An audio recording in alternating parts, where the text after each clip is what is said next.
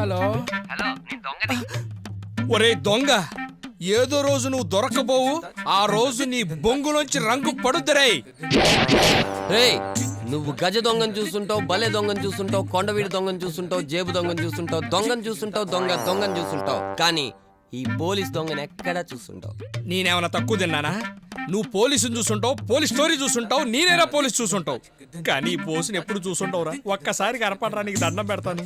నువ్వు చూస్తానంటే ఈ ఆలీబాబా కనపడదు.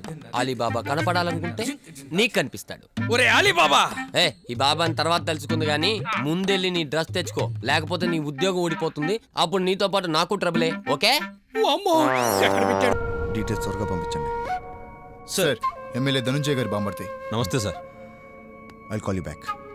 యా.